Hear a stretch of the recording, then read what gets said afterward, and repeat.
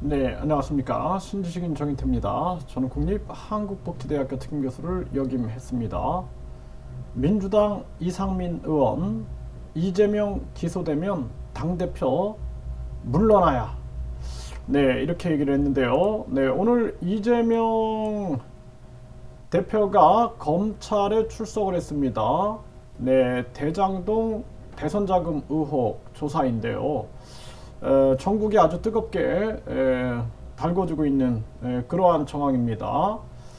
네, 이상민 민주당 국회의원이죠. 네, 이재명 기소되면 당대표 물러나야 당은 민생에 올인해야 한다. 이렇게 주장을 했습니다.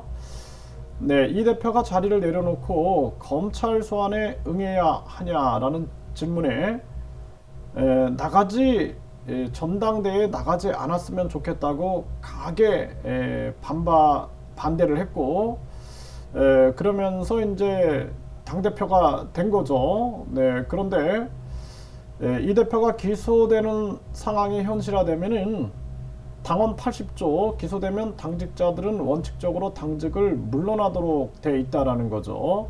그래서 이 대표도 그 원칙을 지켜 기소가 되면 당대표를 일단 물러서서 무고함을 밝히는 데 전력을 다하고 무고함이 밝혀지면 복귀하도록 해야 한다. 네, 이렇게 얘기를 했습니다. 네, 민주당의 이상민 이 의원이 국민들의 생각을 대변하고 있다. 그렇게 생각을 하게 되고요. 지금 국힘도 마찬가지입니다. 당내에서 바른 소리를 할 수 있는 사람이 있어야 돼요. 집단주의 전체주의에 맞서서 바른 소리를 해야 되죠. 국힘에서도 김건희 여사에 대한 철저한 수사를 해서 의혹을 밝혀야 된다.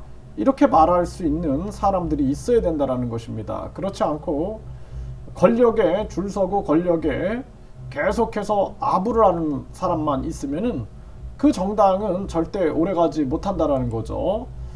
네, 63.8%가 이재명 기소 시 당대표 사퇴해야, 이러한 여론조사가 YTN 엠브레인 퍼블릭에서 나온 상황이 있었습니다. 그래서 국민들의 의견을 들어야 되는 거예요. 그래서 국민들은 사실상 김건희 여사도 그렇고 이재명 대표도 그렇고 공정한 수사를 받아야 된다. 경찰 검찰이 권력에 속해서는 안 된다. 아주 공정한 그러한 특검 이런 것이 필요하다라는 목소리를 내고 있는 거죠. 그래서 김건희 여사 같은 경우에도 언제까지 버티겠습니까? 계속해서 의혹이 흘러나오면 철저하게 조사를 하고 그리고 국민 앞에 명백함을 밝혀야 된다라는 거죠. 대선 당시에 여러 가지 의혹들이 나오니까 조용한 내조를 하겠다.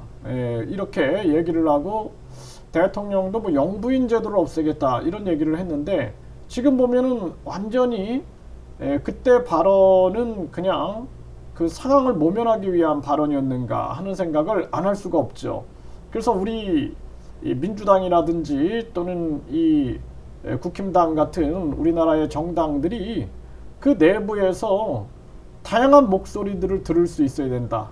그렇지 않고 전체주의 집단주의로 흐르면은 결국에는 나라가 망하는 길이 된다라는 거죠. 나라가 망하는 길. 그리고 이상민 의원의 얘기처럼 민생에 올인을 해야 한다라는 거예요. 지금 대한민국은 최대 경제 위기적 상황이 오고 있는 거죠. 이미 경기 둔화, 경기 침체가 시작이 됐고 경제 위기로 와가지고 나라가 폭망하지 않기 위해서는 국회의원들이 정신 차려야 된다 이렇게 말씀을 드립니다.